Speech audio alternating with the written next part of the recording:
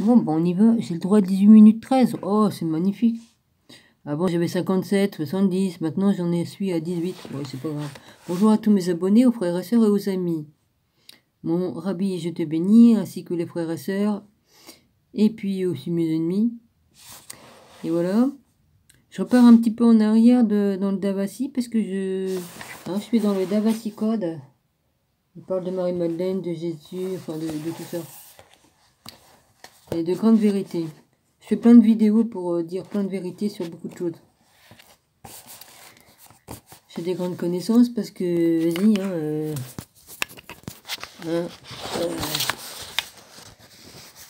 j'ai tous les bouquins là. Attends. J'ai tout un tas de bouquins ici. Tout un tas de bouquins. C'est tout ça. J'ai tout. J'ai les manuscrits de Hamadagi. Hamadagi. Non, mais excusez-moi, je bug. C'est normal parce que j'ai un peu de difficulté. Dyslexie, oui, après avoir fait un petit AVC, bon, il me reste un petit restant de dyslexie à cause de ça. C'est pas grave. Hein.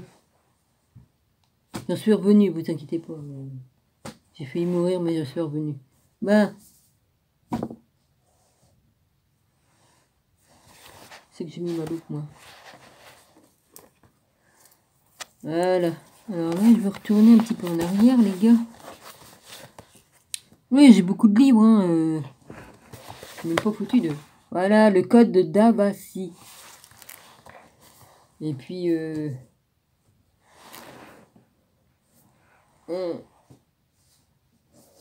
Puis les manuscrits de Nagadami.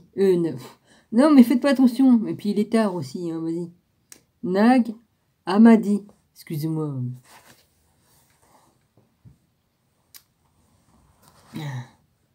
J'ai toute la collection. Prochaine fois, je ferai peut-être aussi Arthur. Le roi Arthur, tout ça, il y a des vérités dans les légendes et tout ça. Il y en a plein.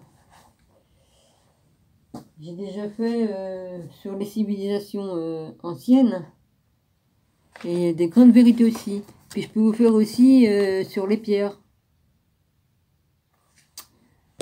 Puis je peux faire aussi sur les chakras, tout ça. Bon, enfin j'ai tout quoi. Enfin j'ai pas tout gardé de ce que j'avais parce que je rentrais plus dans mon appartement. Hein, bibliothèque trop grande. Alors, un autre saint Graal, je repars d'ici. S'agit-il du vrai? L'idée selon laquelle le Graal, la ligne du sang du Christ, serait à l'origine de sa famille, bien que, évidemment, les Templiers et la communauté du prieuré la connaissent depuis des siècles, et l'Église aussi, même si elle le cachait, et que leurs membres aient laissé un témoignage de cette connaissance dans des œuvres d'art. Ce qui est certain, c'est que les chercheurs qui sont arrivés à cette conclusion sont pratiquement non contemporains, et ce ne sont pas nécessairement les idées antérieures sur le Graal qui doivent se comparer à celles que nous venons d'évoquer. Par exemple, certains des histoires et des lectures au sujet du Saint Graal, comme par exemple celle de la coupe qui a réceptionné le sang du Christ, peuvent tout à fait être métaphoriques. Une métaphore, une allégorie, un symbole caché, beaucoup plus fort, réceptionner le sang du Christ serait dans ce cas récupérer et protéger ce sang royal, matérialisé sous les traits d'un garçon, d'une fille, en réalité, et de toute autre descendance. Et de toute sa descendance. Excusez-moi. Je suis obligée d'être habillée comme ça parce que je me pèle avec l'autre là. Je suis obligée. Puis je suis descendue pour aller regarder ma boîte, on sait jamais. J'attends un truc important, mais j'ai toujours pas reçu. Moi, c'est pas grave. Et tout ceci est conservé dans des documents secrets et précieux. Les documents de Saint Graal chronique qui racontent la journée de Marie-Madeleine en France, y compris la naissance de sa fille Sarah, ou Sarai qu'on dit.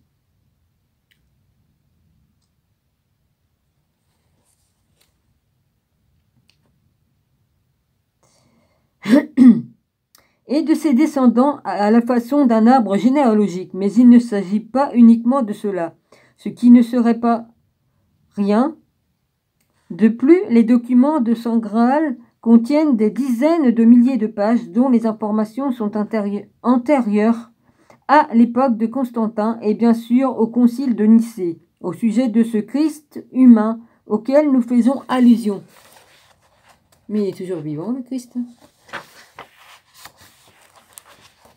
Comme le Christ dit, on ne meurt qu'une seule fois. Il fait partie des immortels, hein. Il est le fils de Dieu. Et lui, il est le fils de l'homme. Enfin, bref. Dans le chapitre 1, il s'agit de ce que l'on connaît comme thèse, non vérifiée à ce jour, que ces documents seraient même écrits de la main de Jésus. Ce fut le trésor de ces documents que les Templiers récupérèrent dans le temple de Salomon pour l'emporter avec eux sur le continent européen.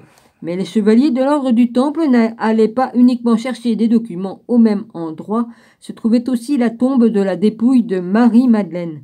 Son voyage fut alors surtout un périple entrepris pour prier aux pieds de la divinité féminine perdue et chérie. Ils ont retrouvé mon crâne. Oui, c'était moi, Marie-Madeleine. Et ils ont retrouvé mon crâne et tout ça.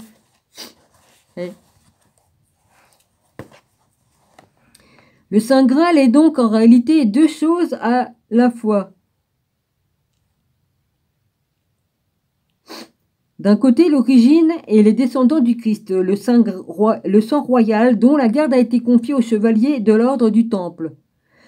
Ordre créé par le prieuré de Sion. En même temps, il serait littéralement le récipient qui a recueilli et contenu le sang de Jésus, par extension, le ventre de Marie-Madeleine et au-delà, à la propre Marie-Madeleine, à la propre Madeleine. Alors, au-delà du code d'Avassi, chapitre 3, le prieuré de Sion, depuis le XIIe siècle et jusqu'à aujourd'hui.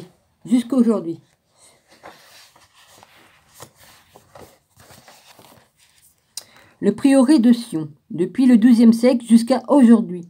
Dans le chapitre précédent, nous avons parlé, en plus du Saint Graal, des Templiers et du prieuré de Sion. Qu'est-il advenu de ces deux ordres après le Moyen-Âge? Nous avons déjà commencé à en parler. Les Templiers, pour être le bras armé qui agissait en plein jour sans se cacher, furent pratiquement tous exterminés, à quelques exceptions près. Aujourd'hui, différentes organisations se prévalent d'appartenir à l'ordre. Par exemple, l'Ordo Supremus Militaris, Templi Erio Solimitani, qui compte des chevaliers d'Argentine, de Colombie, du Chili, d'Uruguay et des États-Unis. Les Rovers, R-O-V-E-R-S, au Mexique. L'ordre de Jacques de Molay aux États-Unis et la cour des chevaliers templiers du sud de Minas. Toujours dans l'ombre, mais pas autant. À partir de 1956, comme nous le verrons plus loin, le prieuré de Sion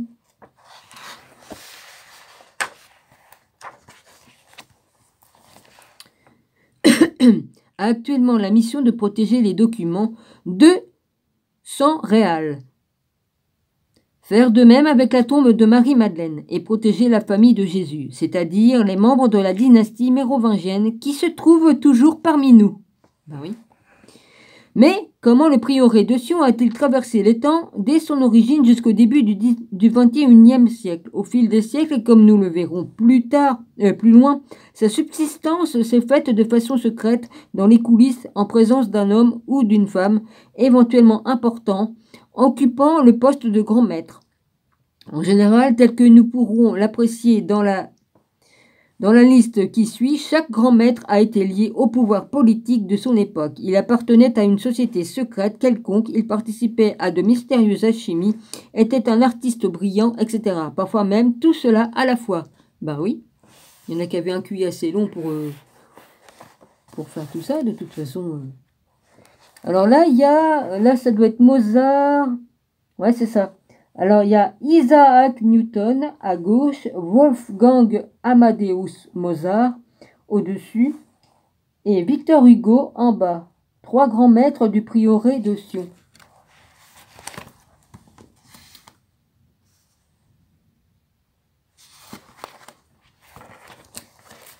Salut, salut. Alors, les grands maîtres du prieuré de Sion. Comme nous venons de le dire, parmi les grands maîtres de prieuré figurent des personnages fondamentaux dans l'histoire de l'humanité. Voici la liste complète en partant de Jean de Gisors pour arriver au dernier maître connu, l'écrivain français Jean Cocteau. Ah, moi, c'était le dernier, celui-là. Ah. Grand maître. La liste qui suit fait partie des dossiers secrets qui se trouvent à la Bibliothèque nationale de Paris. Jean de Gisors, 1188 à 1220. Marie de Saint-Clair, 1220 à 1266. Guillaume de Gisors, 1266 à 1307. Édouard de Bar, 1307 à 1336. Jeanne de Bar, 1336, c'est bon, 1351. Jean de Saint-Clair. Ouais, j'ai un peu de mal là. Je peux pas prendre une règle, au moins je serais sûr, parce que tout le temps à chercher là, vas-y. Attends, yop. Voilà, au moins je suis bon parce que là, vu les lettres qu'il y a sur le livre, c'est un peu trop gros, a grossi un peu trop ma meupe du coup. Alors, dans la Bible ça va, mais là, j'en ai dit où? Jeanne de Bar. Bon, c'est pas facile, faut que je tienne le livre, puis j'ai pas mon truc pour tenir le livre là, c'est chiant. J'en ai fait quoi du truc qui. Mon petit poids que je mets dessus pour tenir les pages. Oh là là. Bon, je sais pas, vas-y. Jeanne de Bar, 1336-1351. Jean Saint-Clair, 1351-1366. Blanche d'Évreux, 1366-1398. Nicolas Flamel, 1398-1418. René d'Anjou, 1418-1480. Yolande de Bar, 1480-1483. Sandro de Botticelli, non, c'est pas marqué 2, mais c'est marqué Sandro Botticelli, 1483-1510. Leonardo d'Avassi, 1515-1519. Connétable de Bourbon, 1519-1527. Ferdinand de Gonzague, 1527-1575. Louis Nevers, excusez-moi, j'ai oublié, de Nevers, il faut pas oublier, c'est son matricule et il faut pas l'écorcher. 1575-1595. Robert de Flude, de Flude, ouais c'est ça, Robert de Flude, F-L-U-D-D. 1595-1637. Johann Valentin Andrea, 1637-1654. Et Robert de Boye, B-O-Y-L-E, 1654-1691.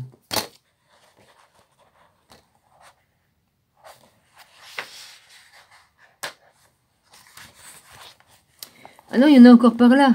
Ah merde. Isaac Newton, 1691-1727. Charles de Radcliffe, 1727-1746. Charles de Lorena, 1780-1801. C'est ça? Ouais, c'est ça. Maximilien de Lorena, 1780-1801. Charles de Naudier, 1801-1844. Victor Hugo, 1844-1885. Claude Debussy, 1885-1918. Et Jean Cocteau, 1918-1963. Il est mort un an après ma naissance. Hein? Enfin, ça dépend à quel mois il est né. Alors, il me reste combien de temps 4 minutes.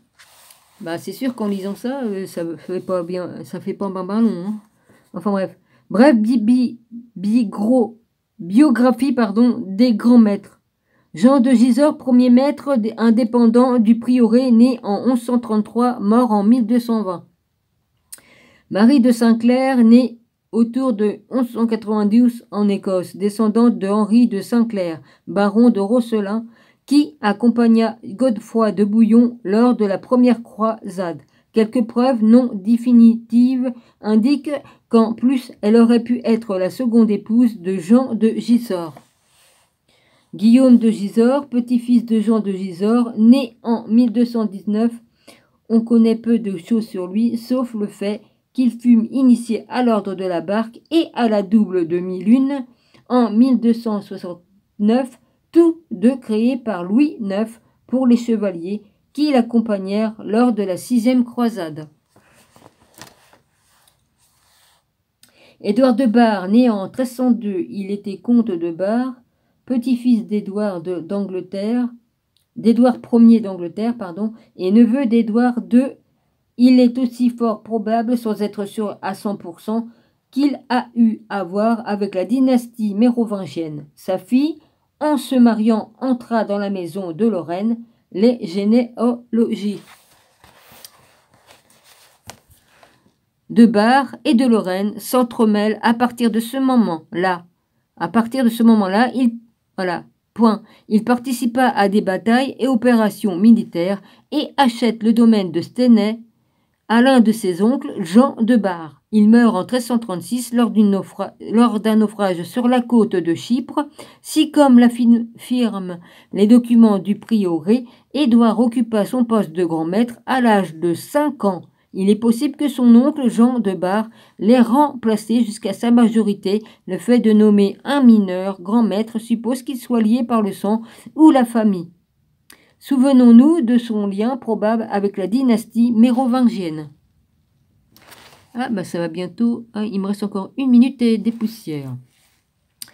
Jeanne de Bar, fille aînée d'Édouard, elle naît en France, épouse le comte de Varennes, Sury-sur-Aix, Strastern, et divorce quelques années plus tard. Il semble qu'elle ait profité de très bonnes relations avec le trône d'Angleterre, ainsi d'ailleurs avec celui de la France, ce qui fait que selon les circonstances personnelles et politiques, elle ait vécu dans l'un ou l'autre des deux pays.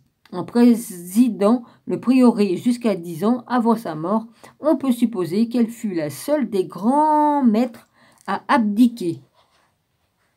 Jean de Saint-Clair est né autour de 1329. Il ne semble pas avoir été un personnage très important. Le fait que quelqu'un d'aussi insignifiant ait pu occuper le poste a conduit les chercheurs à penser que